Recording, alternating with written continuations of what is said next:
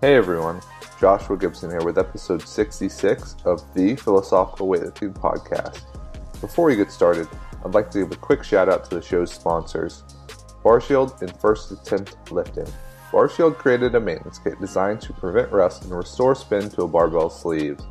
My discount code, PWPodcast, gets you 10% off of your entire purchase, and it will also help me to continue producing great podcasts. Head over to BarShieldUSA.com, pick up a kit, and get your bars looking and spinning like new. I've also recently partnered with Matt Bergeron of First Attempt Lifting to get you guys 10% off of any diet or digital coaching service. Matt's approach mirrors mine in that it focuses on principles instead of methods. Don't believe me? Go check it out at firstattemptlifting.com. Help support the show and support your own goals. Use the code PWPodcast_diet for any nutrition service or PWPodcast_lift for any online programming option. That's it for the long-winded intro. Let's get on to this week's podcast with Danny Camargo.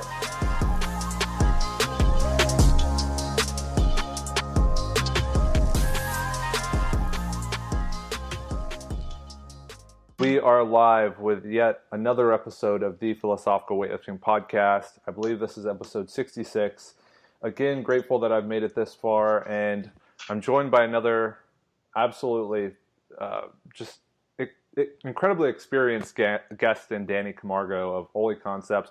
Danny, I do have one bone to pick with you before we get started. Give it to me. My athletes have tons of them already. So I can take it. Oli Concepts. Yes. I personally, I don't get offended, but it kind of bugs me a little bit when CrossFitters refer to weightlifting as Oli because it's a sport in the Olympics. Yep. I'm not a weightlifter in the Olympics, but did you just come up with that for ease of use? So you're saying you don't like the name of my company? Is that what you're saying? I may be implying that. Okay, all right. I'll take it. Guess what? Me neither.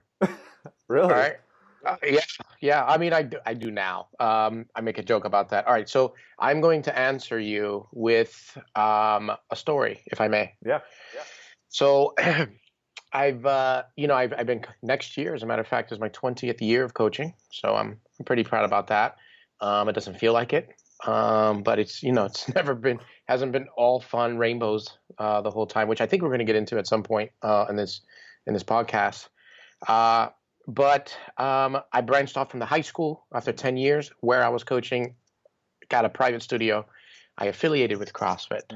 I fell in love with CrossFit for many, many reasons. Not only the original aim, not what it's become, but what it started off as and the science-based fitness that it was, when it first came out. I also fell in love with the community. The older CrossFit community reminded me of weightlifting community, and the marriage was there immediately. The name of my weightlifting club, my USAW weightlifting club, was Team Florida Altamont. Altamont was the town that I started my coaching career. I'm actually next to it now in a different township, but I'm next to Altamont, so I haven't gone far. And that's what I had for many, many years. Well, I decided to take my experience and share it more and more with people because the demand was there. I'm getting phone calls to teach a seminar, to do more tutorials, more videos. I wrote a book, and so I came up with let's just call it another company to just educate. That was it, and I had to come up with a name. I hated Oli. I didn't like when people used to say it. It used to drive me nuts because weightlifters don't talk like that, right? So in my world, weightlifting is just this one word, capital W, refers to the sport of. And that's all that I ever knew. And then here comes CrossFit with all these acronyms and initialisms. And I'm former law enforcement, so I appreciated some of it. But much of it just went too far, man. And I would fight it. I would fight it until I realized that this is my audience. So I folded, Josh. I'm really sorry. I folded, and I decided I'm going to go with it because it targeted and made me relevant to the world I wanted to be a part of. So I got outnumbered, and I went with Oli Concepts. But I will meet you halfway, and I will compromise and say that I will draw the line when someone pronounces it Ollie. Okay, Ollie's a skateboard trick. I'm not going that route. I'm not doing it, and I refuse. I will correct somebody. They call it Ollie. So at least for those out there listening, it's Oli. So I hope that's enough for you, man. So that's my answer. Yeah, and I'm very appreciative of the fact that you recognize that, and you tried to meet the other audience halfway. Now, out of curiosity for myself, I know a bit about you, what you've done, the lifters you've produced. But as far as getting into the sport of weightlifting, I'm still kind of fuzzy with how that's happened. So how were you introduced to weightlifting? I'm wondering if you had any personal experience with the lifts, competing, and then how you've kind of gotten up to this point. Oh, yeah. So you're asking how I got into it. Mm-hmm. Yeah. Great. So I'm really proud, I guess, now of the story. And I'll make this one brief because I have been asked quite a bit, and I retell it often. So it really is like yesterday, although will be 30 years ago come next year. I was 12 years old. I was playing Pop Warner football here in Florida, and I love football, still do. Big fan of the sport of football. Understood the game. I was really smart on the field. I knew where everybody was supposed to be. I knew my role, but got my butt kicked because I was just so small. So I was sick of getting beat up all the time because I was useless. My size was just too small. So my older brother was a varsity starter at the high school, and I started talking to him about I'm getting trampled on the field, and he says to me, "Come to the weight room at the high school, train with the varsity. Coaches will see you. They'll see how hard you're working, and let's just get some muscle mass on you." So the very first day after I left my middle school day, I walked over to the high school. They were already training. I'm benching. I'm curling. I'm using machines, and I don't know what the heck I'm doing. As I was going through this routine, being taught by peers, right? My older brother and his buddies, a coach of the school who was a dean of the school sees me. He notices that I don't belong there. I'm too young, and I'm not a high school student. He came over. He bust my chops a little bit. My brother stuck up for me and says, "Hey, coach, this is my younger brother. I'm just trying to get him strong for football." So he let me ride, and he sat back. Later, I found out he was watching me because of my age and my athletic movement at that point from the things I was doing. He walks back over to me a second time, and he recruits me. And he says, "What do you know about the clean and jerk or the snatch?" And I told him, "I don't even know what you're saying to me." So the answer is no, Josh. I had no experience. I'm not even sure I saw an image of it somewhere. Perhaps powerlifting or the deadlift was the only images I must have ever seen. So I told him, "I don't know what you're saying." And he points at a couple dudes that were doing it at the time. They were doing power cleans or something. He turns to me and he says, "It will make you strong for football." So he suckered me in. And I said, "All right, I'll do it." So this is still the very first visit to a weight room I'd ever had in my life. Pulls me aside, gives me a dowel rod. He teaches me snatch first. And I fell in love. The movement pattern, the difficulty of it, the few I got right that day just appealed to me. I quit every sport that very day. I came back the next day, and that was it, man. I'm here 30 years later. Yeah, and along that kind of extensive history of competing and coaching, I'm sure you've had a lot of great moments and then a lot of not so great moments. So if you can kind of recount maybe one or two of the best and then one or two of the worst, and why. Athletically? Myself or as a coach? Either or, whichever you find like was most impactful in your development. Oh, great. Well, let's go with the negative first so I can end on a positive. And if I can just wrap up my last story of how I got in, this is very important, I think, for your listeners, that at that time, the gentleman who got me into weightlifting, and I committed to him, and I committed to this process that we're talking about, became my developmental coach. And it turns out that he was, at that time, a 30-year veteran of the sport of Olympic lifting. So he had already produced multiple national champions and U.S. team members. I didn't know what that meant at the time. but certainly appreciated later. And so I joke with people who always say they wish they would have started when they were younger. And I laugh and say, you could have, but it wasn't really cool back then, was it? But the truth is, not everyone has access.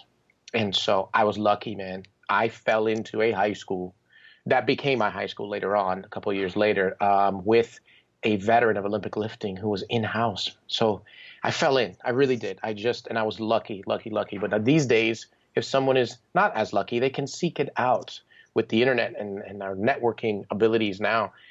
People can find it, even if it's in their region, not in their local community. But to your question, and I'm sorry I wanted to say that, my two top worst moments, I'm going to give you one athletic, one professional, one my coaching. I had just become a U.S. team member. I competed at the Junior World Championships. This was now 1995. I was 17, turning 18 years old, and I was doing really, really well. It's now 1 year later. I'm going for my second time on the U.S. team. This would now be my second year in a row at high level, junior high level international competition. And I experienced an injury. It was the first injury that kept me out for a few months. I get to Budapest, Hungary for a training camp. We're there for a whole week before going to Poland for the other week of competition.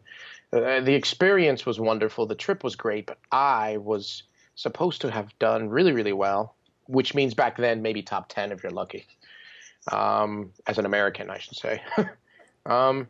While I was there, my back just locked up, spasmed out. And at the time, we were thinking a protrusion. We were thinking a bulging disc. We were thinking something was slipped. We were thinking tons of stuff the medics tried to help me out with. I couldn't even tie my own shoe at the beginning of that trip. It was absolutely miserable. I was watching the rest of the U.S. team excel in this camp. I had to watch it. I used some visualization techniques, which I think helped me by the end of the trip.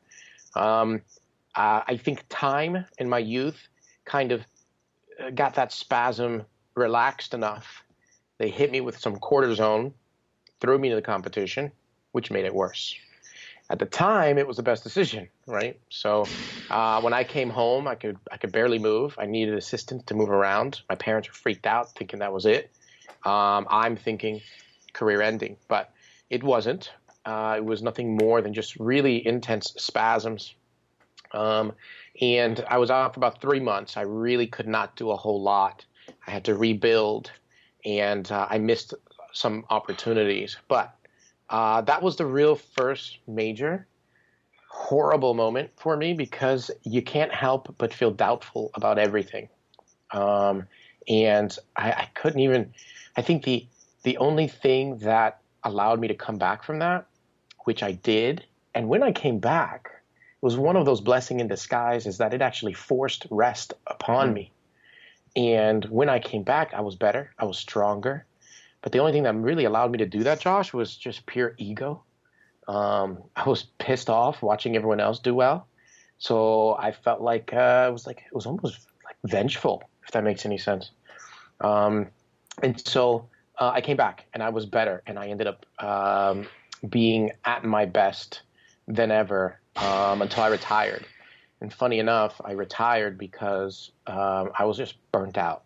And that was it. It was an emotional, psychological burnout that I believe I was headed towards the first time, but I got injured and it forced me to take time off.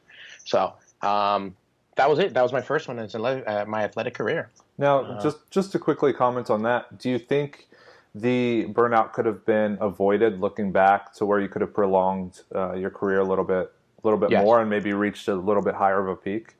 100%. In fact, I will state emphatically that it could have been prevented. In fact, I tried to prevent it, didn't realize that's what I was doing, and I can explain.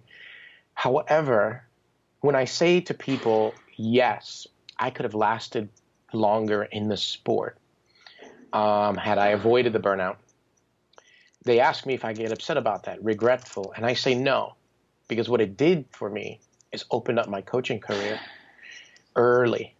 And I've made so many of the mistakes we make as coaches when I was younger. And I'm past all of that. And listen, I'm human. I make mistakes now. But I'm just saying I feel in a more comfortable place with my profession.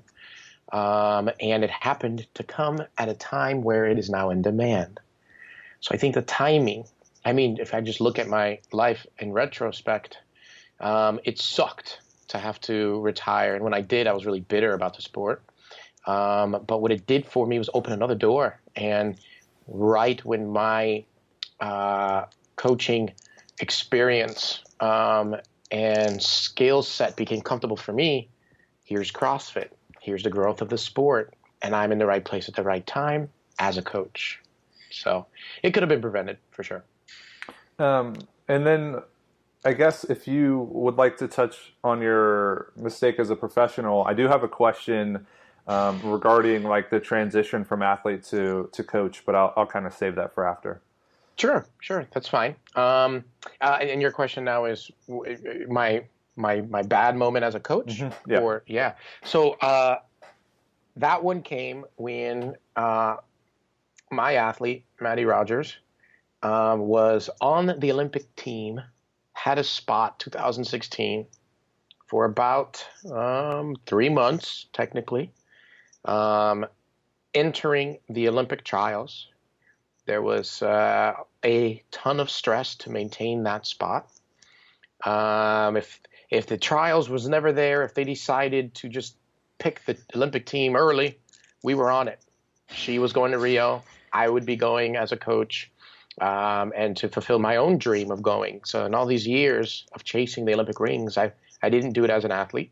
I was definitely in the top tier around the country to have a shot. I was considered an Olympic hopeful, but I did not make it.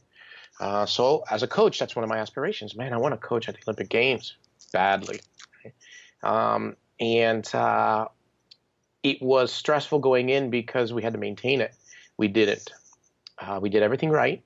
We crunched the numbers. We knew exactly what we'd have to lift. I went through hours and hours of calculating strategy to maintain that spot, because for those out there that don't really understand how one moves into high ranking, how one gets selected for these prestigious U.S. teams, whether it's a world team, a Pan Am team, or in this case, the Olympic team, you don't really chase people per se, you chase numbers. And we are constantly raising the bar, pun intended, against digits and numbers.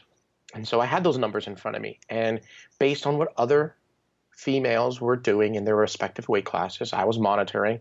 And no matter what they lifted, good or bad, it would then direct me down a different strategy I had waiting.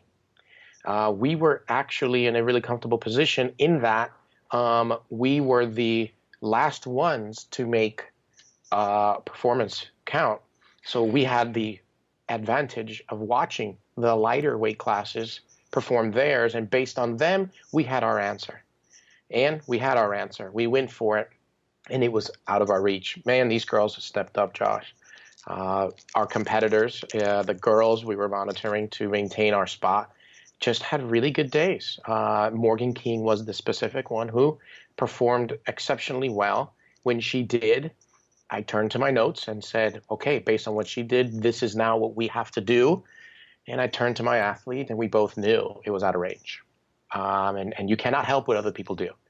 And all we can do is what we can. We tried, we failed, and it was crushing, absolutely crushing. I've have, as a coach, 19 years now, I have so many speeches in my back pocket, Josh.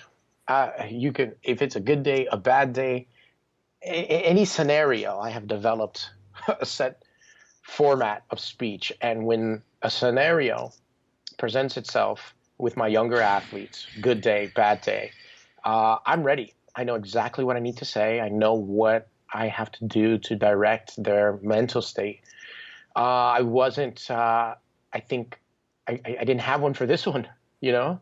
We had such high hopes of maintaining that spot on the Olympic team, and we did it. And I say we because although Maddie is the athlete, although she is the one who must ultimately perform and earn it, it's a team effort. and her highs are my highs. Her lows are my lows because I care.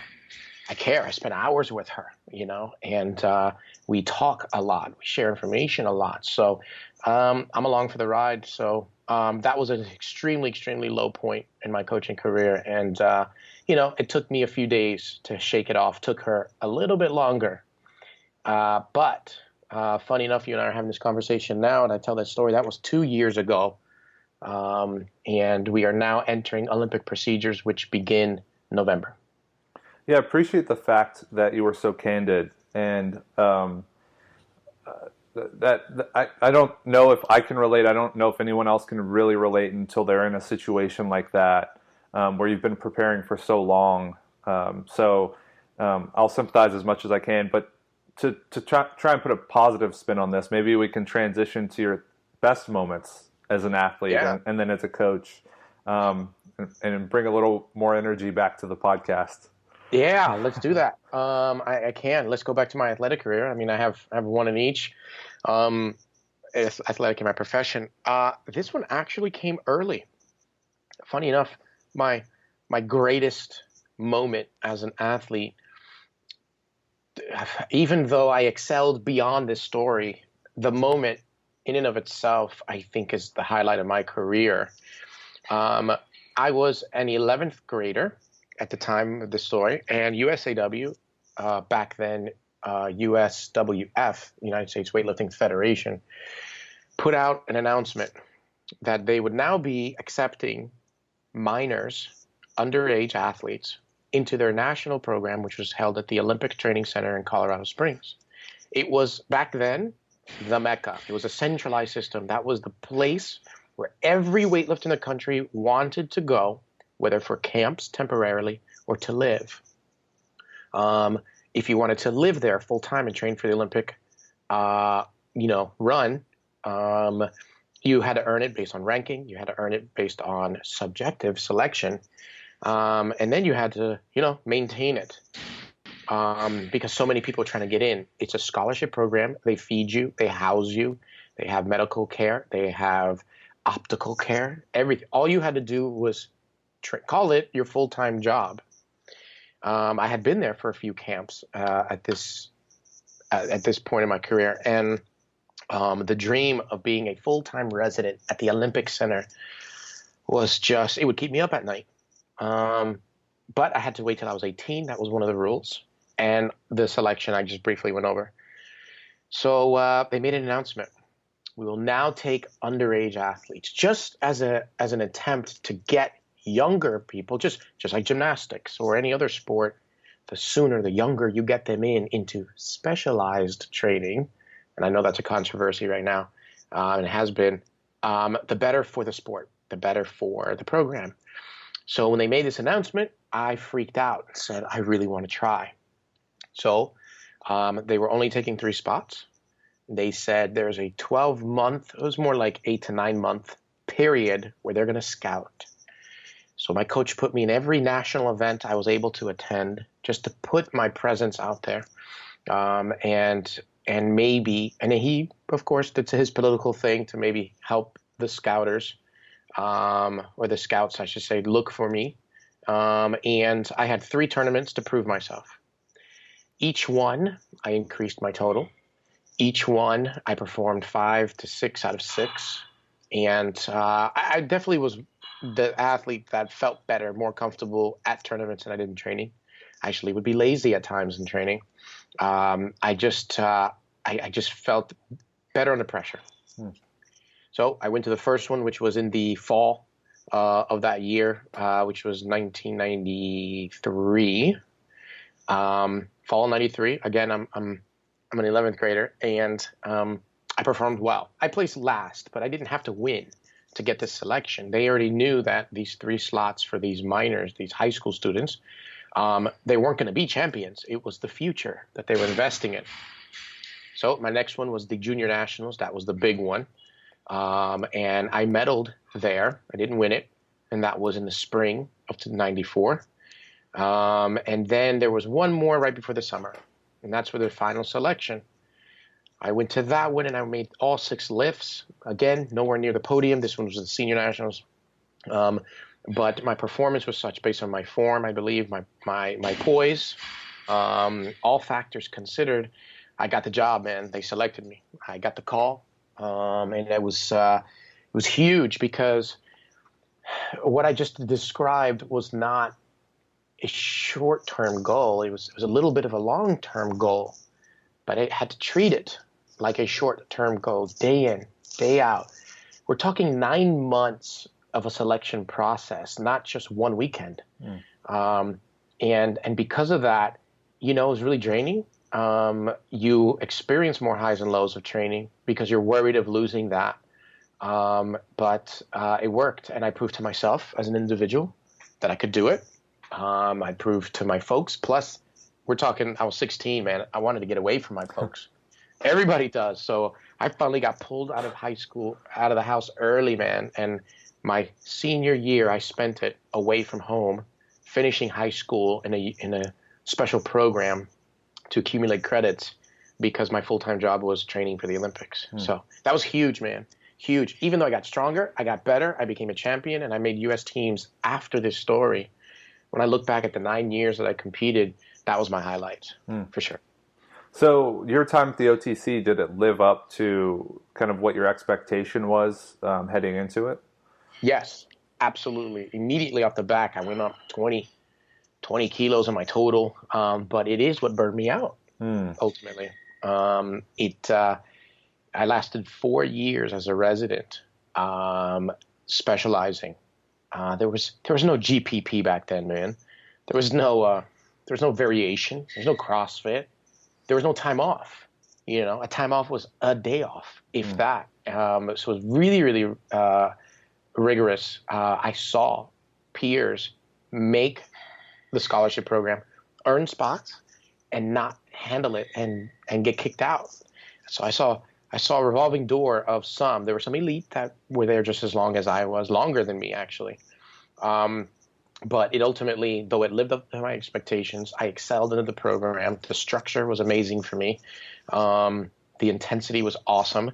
I just got beat up. And at the end of 4 years, I woke up one morning and I said, that's it. I'm done.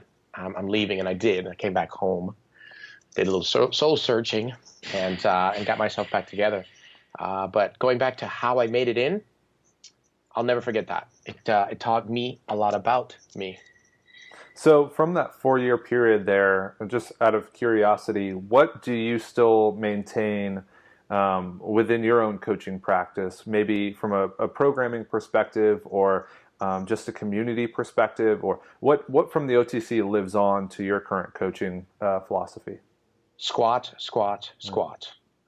That's it. I mean, there's a few other things, right? Because my developmental coach, the one I described that got me into weightlifting, is the one who put me in that scenario and sent me off to hopefully make the Olympics. He remained a part of my coaching career, but as a secondary coach, trainer.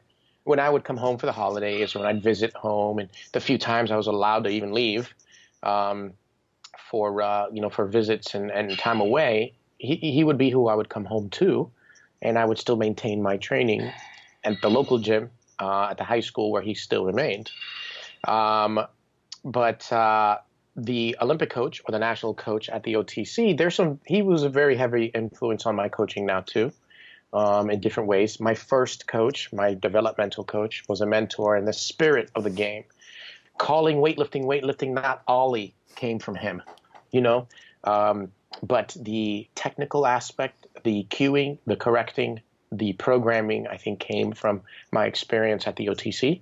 Squats was a big thing for them. I hated it. I hated squatting back then. I think the mileage my knees have right now is directly related from the abuse. But you can't deny the benefits from having a squat focus in Olympic lifting. We were squatting, Josh, 5 mornings a week. Living out there. There was only 2 days I didn't perform a front squat or back squat. And man, it wasn't even like cool variations, man, like pauses or concentrics or single leg. It was front squat, back squat, front squat, back squat. In fact, I tell this story often. There was a moment during my tenure where I caught a head cold. I was running a fever. Weather was bad. I don't know what it was. So I came down from the dorm room and I told my coach, Coach, I don't feel well. I'm sick. Can I modify training? Right? And I'm sneezing. I'm running nose. I look like garbage. And what I meant by modifying meant, can I go home? Can I go back to sleep? He looks at me and he goes, God, you look awful. I said, yes, Coach. I feel like crap. He says, all right, tell you what, get your squats in for the day and then you can go back to bed. And I'm thinking, what? My head's going to explode. I can't do it. I mean, my peers looked at me with pity. And so I hated it back then, but I never got pinned on the clean. And when I needed my leg strength, overall absolute strength, third attempt, gold medal on the line, all my bitching and whining about squats came to fruition. So that is probably the top number one thing that I have now maintained in 19 years of coaching. I emphasize the squats. So what did that transition look like from athlete to coach? Was there much of a growing process, or did you experience a lot of growing pains? Yes. And what advice would you give to maybe someone that's getting into coaching without the extensive athletic background? Yeah. So here's my advice. Right off the bat, I can tell you, and for those listening, you do not have to be an elite athlete to be a good coach. If you want to be a good coach, then be a good coach and focus on that. I can only say that now with pride and confidence, not only from going through the experience myself, because it might be easy for Danny Camargo to say that because I did have a wonderful weightlifting career, athletic career. I have tons of accolades and accomplishments I'm proud of, other than making the Olympic team that I did not make, right? I wish I would have. So it might sound easy, but let me tell you why I can say it with such confidence. Let's remove the fact that I did have weightlifting experience as an athlete, at a high-level athlete. As a coach, my job is not just to develop athletes, but to mentor coaches under me. So I coach coaches as well. I didn't know that that's what I would do. It ended up just happening because my program grew. And you get outnumbered. You can't do it by yourself. You will need assistant coaches sometime in a career, unless you remain a small operation. So as my career grew, remember, I started off in high school. So day one, I had 30 kids to deal with. And trust me, you learn really fast. But as I mentored coaches under me, Josh, I would inevitably get this comment from them when they would have their doubts. Danny, I just feel like the athletes don't respect me. I feel like they're not listening to me as much as they might listen to you. And I just feel, Danny, that I'll never be a good coach, or I will never be respected because I was never a good weightlifter. And the first time an assistant coach confided in me about that, I really didn't know how to answer because I didn't agree with them, but I didn't know how to tell them why. Well, I started realizing when I started seeing some peers of mine who were great weightlifters become coaches, and well, they weren't that good as coaches. They would even tell you that. I would watch them struggle to be a coach. And I started realizing then, wait a minute, these are two different things. I didn't realize that I was experiencing it myself because I was a great weightlifter, I was not properly prepared to deal with other people's problems, other people's failures. I could fix my technique in just one rep, but I had to do that with someone else. And so to translate that and to communicate that and to listen took some time. So they are completely different. And that's my number one advice to newer coaches out there. Of course, you want to be a great weightlifter. Being a great weightlifter might get people through your doors.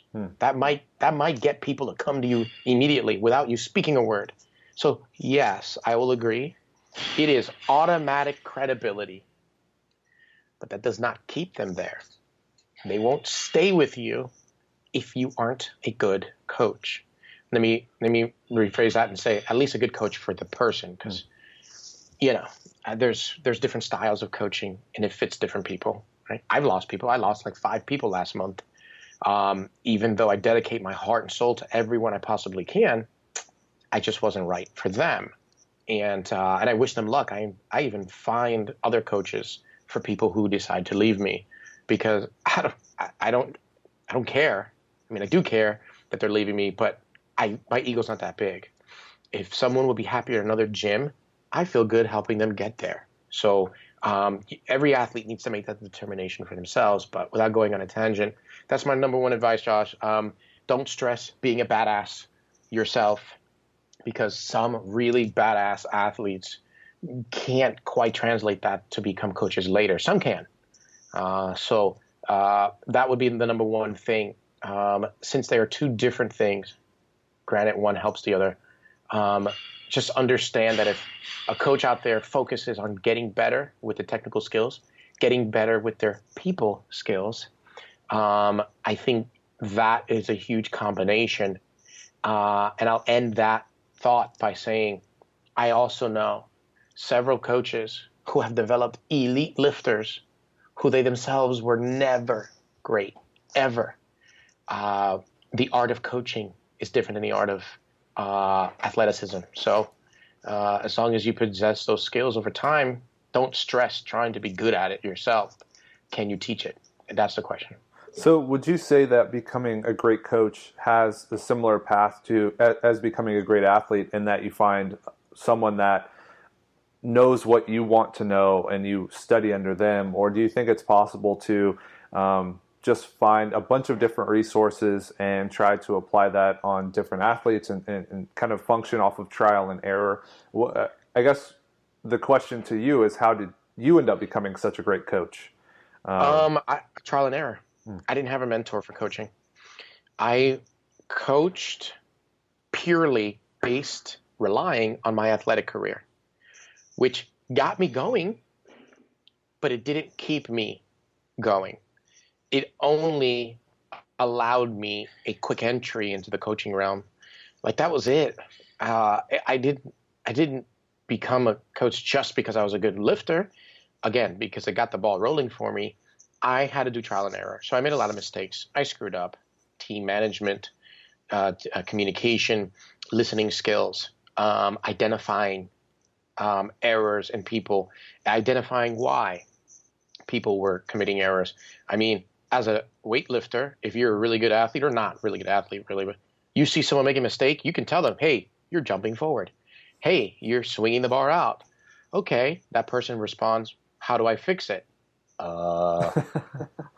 Okay, so that I had to learn on my own. I wish I would have had a coaching mentor. My 2 mentors that I had, my very first coach has since passed away very early in my coaching career. I took over for him. I am still the head of that same process, though the name has changed a few times to Oli Concepts. Sorry again. And my facilities have changed. But when he passed away, I took over for him. So I lost him really early on. My other mentor was my national coach, the Olympic coach back then. He's moved on to work for the IWF and got into administrative, political roles in the sport. And he's in and out of the country all the time. And it's just, when I was up and coming as a coach, I didn't have him to rely on.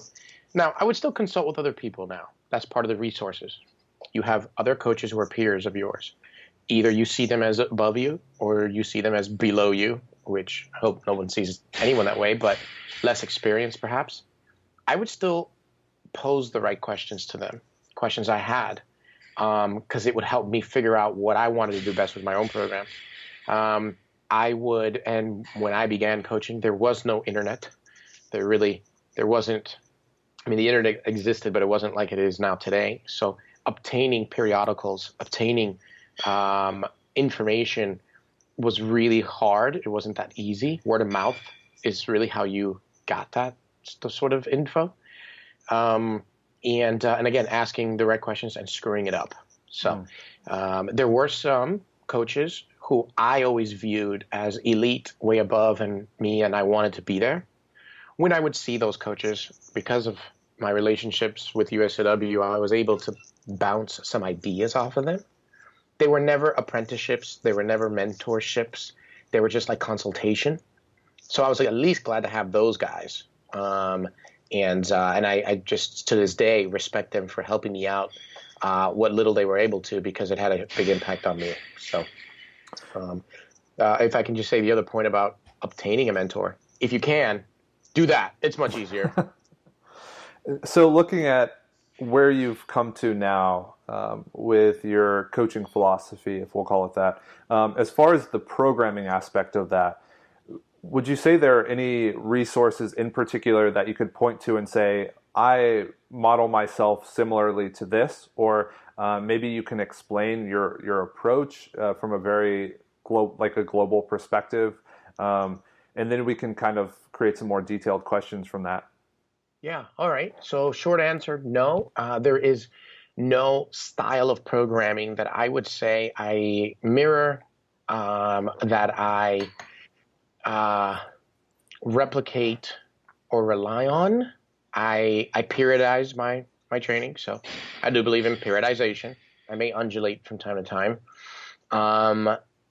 but that would be my most global response. I would not say that I have a Russian style, a Bulgarian style, a Chinese style. I don't even know how many styles there might be out there. I don't think so. I will say much of USAW's programming suggestions and their philosophies have influenced mine. So I have taken quite a bit from that, and what they put out for their USAW level ones and their textbook and their philosophy comes directly from national coaches who they have hired. One of them was my Olympic coach, who I've already described. And he had influence on the literature on that. So I'm a big, I do periodize a lot. I don't RPE a ton. I will certain exercises, but I will sit down. I write percentages. I write reps, sets. I have intensities in mind. I have peaks. I have tapers, cycle, rest, do it all over again. So my number one influence on my programming is athlete responses to it. Okay.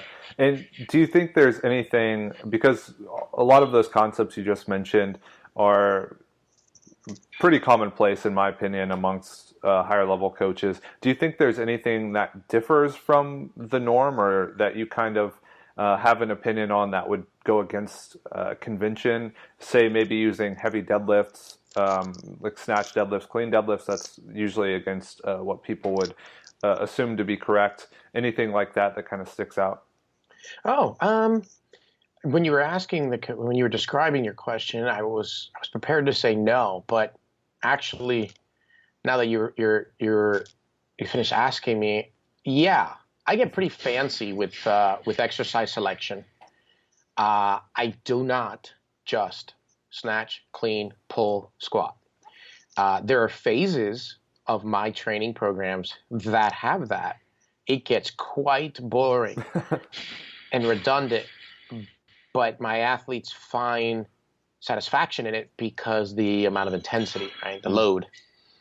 But when I am in my lighter phases of training, when it is, let's go 85% or below phase of training, I get pretty fancy with exercise selection. I like hangs. I like three position stuff. I like block work. I do like snatch deadlifts, snatch grip RDLs. I do like complexes. Thank you, CrossFit, for that one.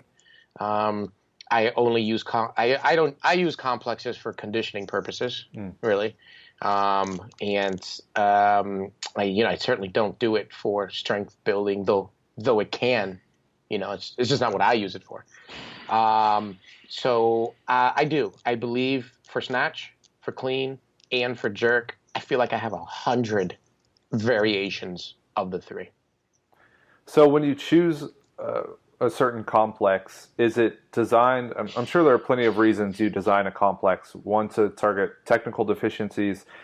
Two, for the conditioning effect. and 3 just to reinforce the individual positions. So when you're creating a complex, say further out from a meet, do you have a certain rep count that you're trying to hit?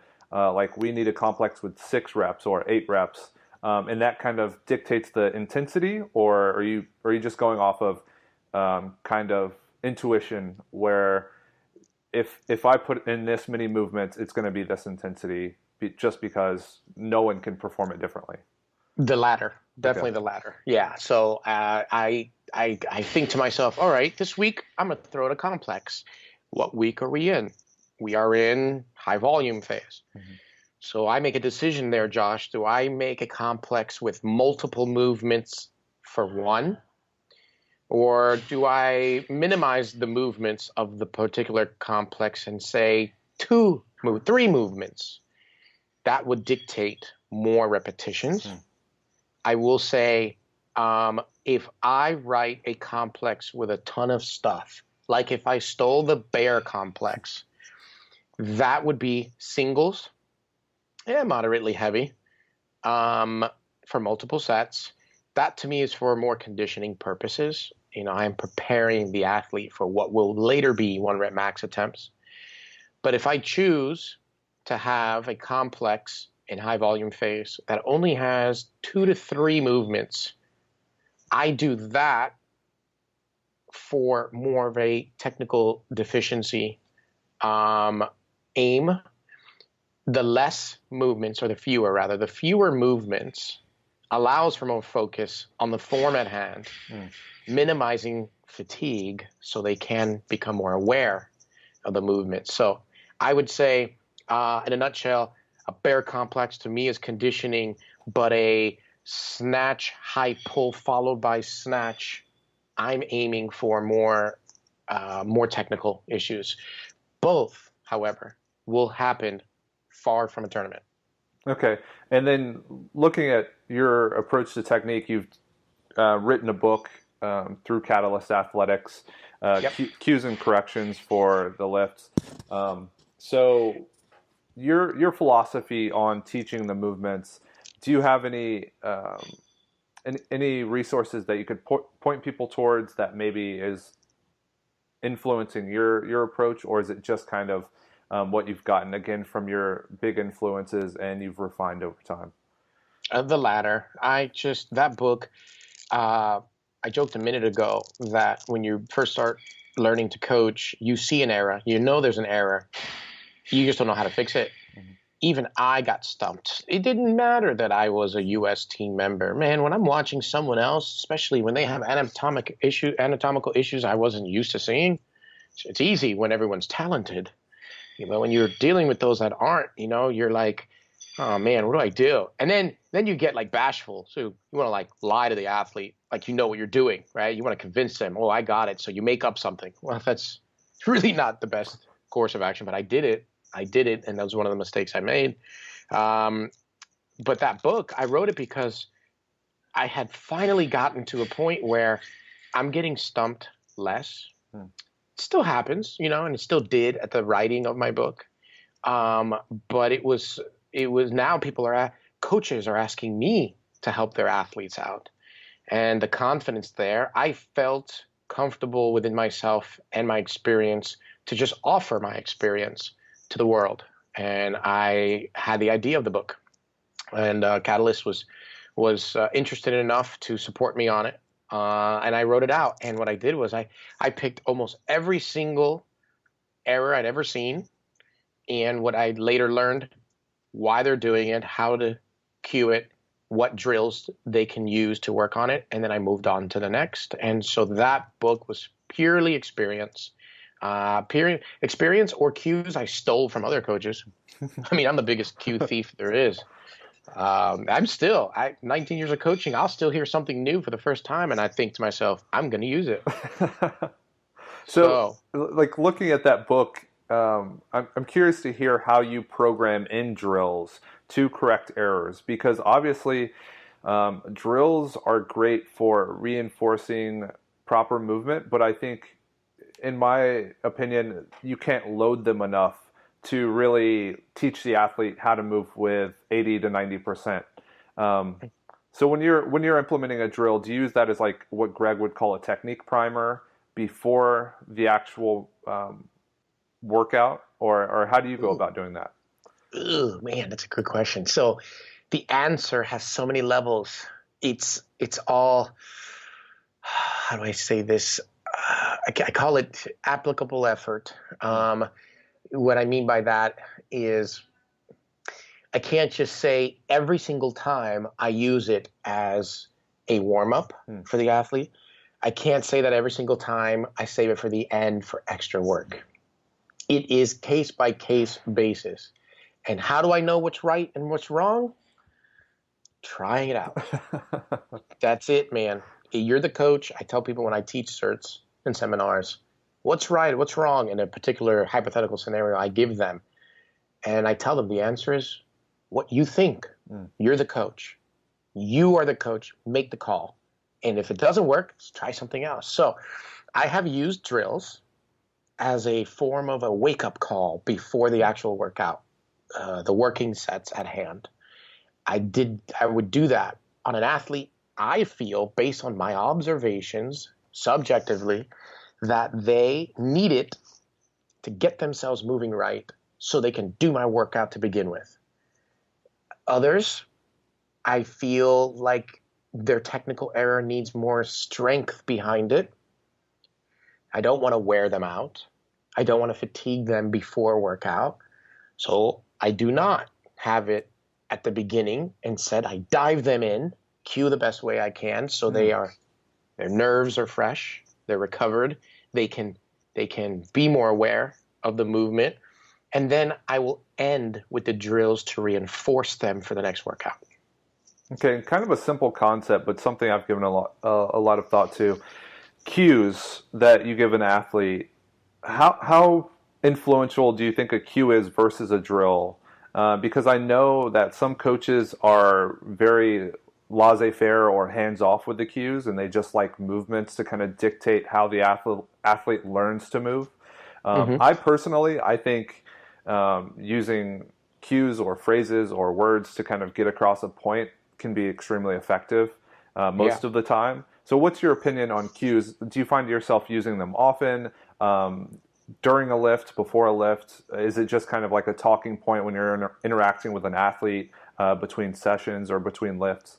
How do you go about that? I cue first, drill later, and I cue a lot. I cue every rep that I see, even if I've got 20 people in my gym and I'm floating around from platform to platform. I will cue from across the room. I'm very vocal when I coach. My athletes, they know when I'm in town. I'm very active. I might even in the same breath cue 3 different people. Johnny, don't forget, move your feet out. Jennifer, high pull. Tommy, reminder, keep it close, right? And all 3 within 20 seconds hear the cue. Now, I can even, because remember I told you when day 1 of my coaching career, it was at high school, you learn really fast to deal with multiple people. I have been able to see movements I'm not looking at. And many high-level coaches, many actually intermediate coaches can develop this. It's not hard.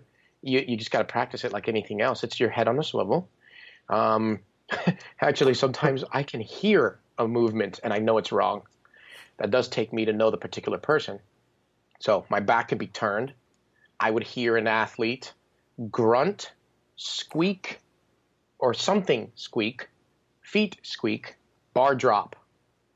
I have said with my back turned, such and so, you're jumping forward, stop jumping forward, or whatever my cue might have been. And I remember this particular story. The girl goes, "How did you see that?"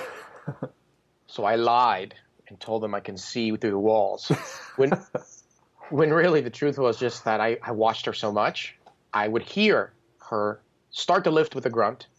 I can see her jump forward, which caused her feet to squeak on the wooden platform, and an immediate drop says she failed. So, you get to know these things. So to answer your question, I cue often, I cue a lot. The hardest thing that I've found in my coaching career, and I'm still right now, 19 years later, I have to remind myself, is to try not to cue in the middle of the effort. Cue before, feedback after. Sometimes I'm in the moment because I get so fast at what feels like a symphony of people training around me that they'll be in mid-effort and I'm giving them a cue, which becomes distracting, and they may fail because they're listening to me respectfully in the middle of it. So that's very interesting and reassuring for me, because lately I've been under the idea that you should use as few words as possible, but I like to be vocal with the people I work with, and I like to make it known what we're trying to accomplish and what kind of technique we're trying to get across. So, but making that transition maybe to a competition, is it still kind of that same approach because you don't want things to change? Or do you tend to be more reserved on a warm-up platform or in a training hall? More is great question, man. More reserved. In fact, I've had a few athletes concerned something's wrong with coach. In a tournament, I say less. I let them feel the movement a little bit more. I mean, I do that in training too as well. At some point, coach got to shut up and let them figure it out. But at tournaments, it's one-word cues. They're not full descriptions like in training. And when they go out, chalk up to the platform, you may not hear me at all. And the reason why I say less in a tournament, the reason why I say less when they're on the big stage, is because it is now their moment, their time, and there is absolutely nothing I can do or say to change the outcome. It is their time. I have led them to the water, right? They must drink from it, right? It's not me and them anymore. It's really them. I mean, I'm supporting, I'm facilitating, I'm timing the clock, of course. I am facilitating their performance, but man, there's nothing I can do. Like, the time to change anything, the time to fix or excel was training. This is now the show. So I have to release them. And it's really nerve-wracking because I'm a bit of a control freak and I can't control that. That's up to them. So I watch from the sidelines, so to speak, and let them do what they've been training to do. Okay, I have maybe a few more questions before you wrap up, but another kind of idea I've been playing with, and I talked to my buddy about it, as far as like a coach accepting responsibilities for an athlete's success or failure. He said he likes to think about it as the coach being 49% and the athlete being 51%. So the coach can never accept more than half of the responsibility. When it comes to your approach with your athletes, you talked a bit about it with Maddie, but how much of the success and failures do you account to your input and your responsibility for the athlete? Oh, man, that's a good one. Deep down, my heart and my soul, I feel 100% responsible. I feel 100% responsible because I care. And I even my beginners, my intermediate, even if we've not spent months and years together yet, a bad performance makes me feel guilty. I always, even 19 years later, a bad performance, before I give them their cheer up speech, I will always ask myself, what did I do wrong? If I can't pick out something that's obvious or if nothing comes to me, then, I'll sit down with them and maybe they might tell me something they experienced I didn't realize I did. Again, my ego's not that big. I'm there to develop them. It's their career. I already had mine. So I have to be there for them. But that said, the truth is we aren't. Coaches can't be 100% responsible because we cannot lift the weight. I have had plenty of athletes who had wonderful training cycles, PRs, coach, I love you. Everything is rainbows. They're posting about you, man. They're bringing their friends to the gym for you. They're cleaning up trash for you. Then they go to the competition, freeze, choke, horrible performance.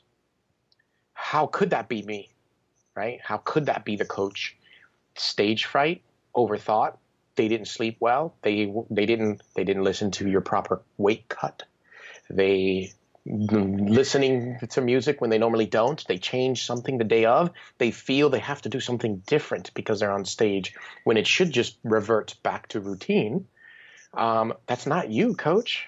That isn't you. And I appreciate any coach who feels guilty when their athlete perform poorly. That means they care. I can respect that. But ultimately, we can only take them to the chalk tray.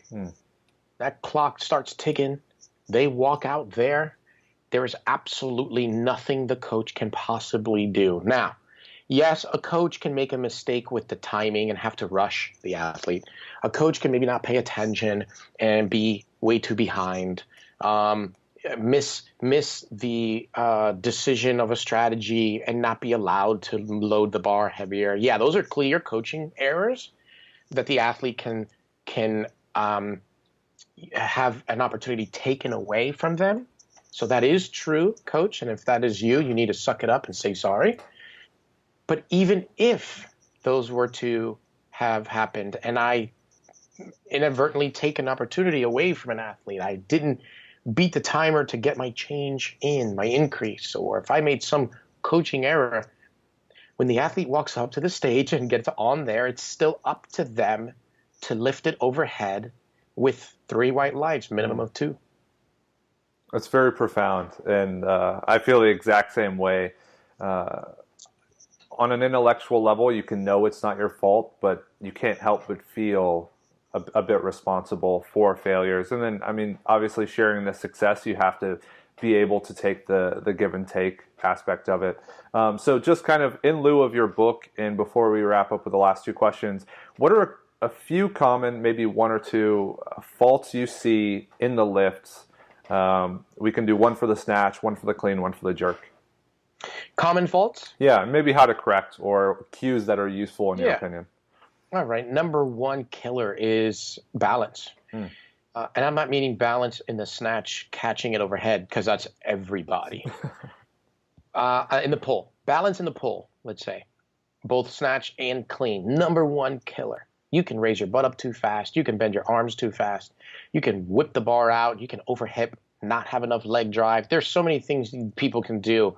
But the number 1 common error I see is foot balance or balance of the body. So I've seen athletes perform beautifully. Technically, geometry is perfect. But if it was executed too far on the toes, too far back on the heels, it's a ruined lift. So overall, body balance in relation to the bar as 1 unit in the pull, I think just kills people so frequently. And so my cue for that is staying flat-footed. I will allow them, even if I have to use manual manipulation with my own hands to intentionally force them off balance with a light bar. I'll say, this is too far forward. I'll shove them back slightly. This is too far back. And then I'll put them right in the middle and say, the whole lift, this is where you must be. So as far as the jerk goes, here's the number 1 killer on this one. So thank you for giving me the floor on that. Not realizing that much like the snatch and the clean, we can only elevate the bar so high, and to be successful, we must be able to squat underneath it in a snatch or clean. The jerk is the same way. I don't care who you think you are in the sport of weightlifting, a PR load on your shoulders is not driving up very high. You're going to dip and drive your might, and if you're lucky, you're going to get it to your forehead. Maybe. That is everybody. That is the nature of the sport. So if we know that there's only so much elevation from the shoulders, we're going to send this jerk, this barbell in the jerk. Then to try to split high and press it out is just, we know that's no lift. So it is the awareness that we are only as good as our ability to be low and strong, just like a squat snatch. That's another term for you there, Josh. A squat clean. There is a bit of a lunging jerk, if I may, right? I mean, that's the easiest way I can describe it. So why athletes still feel in preparation for a jerk, they think, I got to get this bar up, up, up. I got to press up, push up. No, you got to get it up as high as you can, but you have to get under in the same regard. So those are my 2 big killers. Okay. And now the questions that I ask everyone that comes on the show, these are kind of taking on the philosophical aspect of it. So besides the physical enhancements, so besides gaining muscle, gaining strength, increased bone density, all the objective health markers, do you think it would be beneficial for all of the population to resistance train? And what has resistance training, strength training, weightlifting, what is that adopting that habit done for you as a person? Ooh, that is philosophical, isn't it? I was hoping you would go more physiological. I was talking about the CNS and coordination and all that stuff. I'll tell you this, because that's a wonderful question. I love it. I'm buying time to answer because there's so much I want to. There's just so much I want to say. Well, I mean, like any sport, it teaches hard work, dedication, and all those sort of things, right? So, I mean, I'll start there, but I guess going deeper into that, performing the Olympic lifts particularly, or any strength training, I think there's a level of resilience. It teaches a person, and that resilience, maybe more of fortitude is the word I'm looking for. Here's my example. My answer is an example. Have you ever performed a moderately heavy lift? You fail at it, and it pisses you off. You immediately, without rest or anything else, almost out of pure anger, get right back on the barbell, and this time you nail it. What has changed? That right there is a mindset. It's a fury.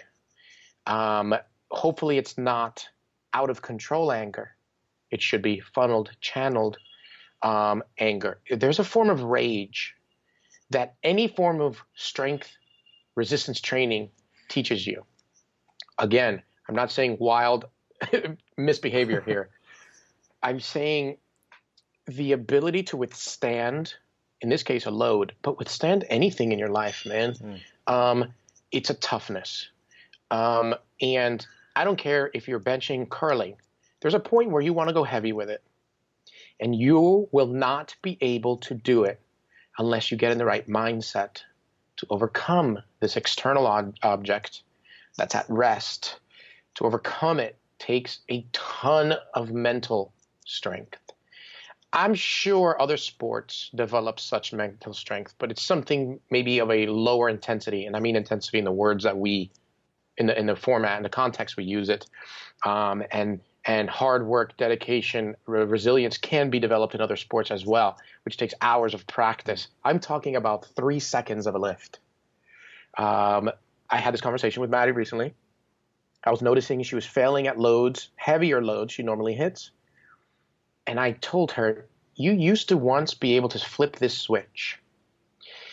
It's just a few seconds of taking your mind, preparing for pain, and going through this barrier. It doesn't last long. None of us can get that mindset for long. I would probably liken it to a football player in a play, and he breaks the line to make a tackle. The very moment he has to switch himself into this attack mode.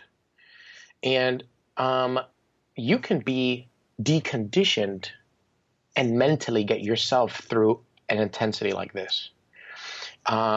This is mindset, basically, is what I'm saying. And so I think the biggest benefit, philosophically, I think, to weight training, strength training, is that ability to turn on and off this mindset intensity, which is so short-lived, over and over and over and over again, that it can be applied to anything you do in this world, man. Anything you do to get over and overcome some sort of resistance.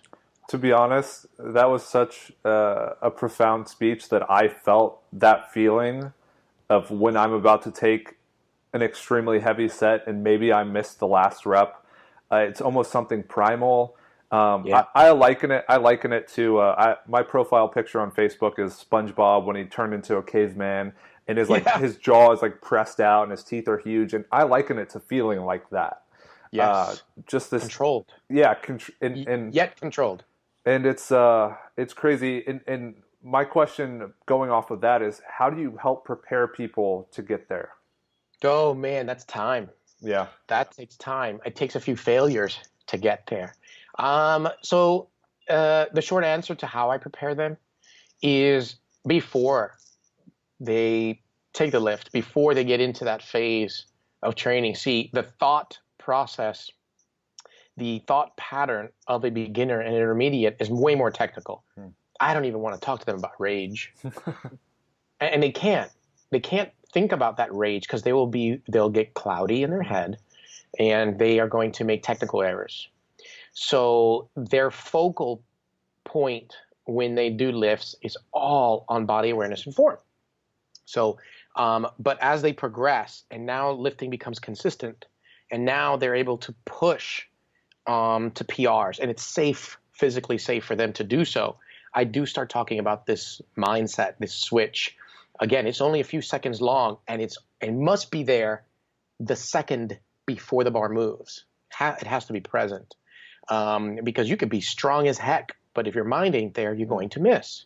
So I prepare them by saying, listen to me, on this next lift, it is going to feel heavy. I'm warning you. It's almost like I'm making them familiar with what they are about to experience. And I describe what I just told you. I describe it to them. This is part of my cueing. So that when they go to lift, immediately following this preparation, they will not mistake the struggle for a failure. You know, it's like they'll pick up the load and instead of thinking, crap, this is slow, this is heavy, something is wrong, bail out. They will instead say, wow, this is slow, this is heavy. Coach said it's supposed to feel this way. And the level of commitment is ridiculous after that. That's great. And kind of going off of that point of a beginner not being able to access that, I mean, you can see it at meets, maybe like at the recent American Open Series 2 in Philadelphia. I was coaching someone who's more of a beginner, and when you get those nerves and that anxiousness, the technical faults start to creep up a little bit more because there isn't that intense focus, and they're not able to think about what they're doing as well, so they become a little more cloudy. So that's very interesting to hear. So the last question, I guess this one might take a little more thought as well, but what is one thing that people can do each day to become a better person? A better person? Yeah. Well, you know what I tell my lifters in here? To be better athletes, really just do right. Do right, suppress emotion, question your emotion. That's it. Because we all get emotional, both positively and negatively, with this stuff. And so I preach to my coaching staff composure. I do the same with my athletes. I don't care if you're extremely happy, minimize that celebration. It's especially in this sport, it could be viewed as disrespectful for showboating. It could be really offensive to your competitor who may not be having a great day. You don't have to celebrate excessively. Please have some. You deserve it. I do too. But minimize that. Control yourself. Negatively is the same thing. I'm sorry you had a bad day, but it's nobody else's fault.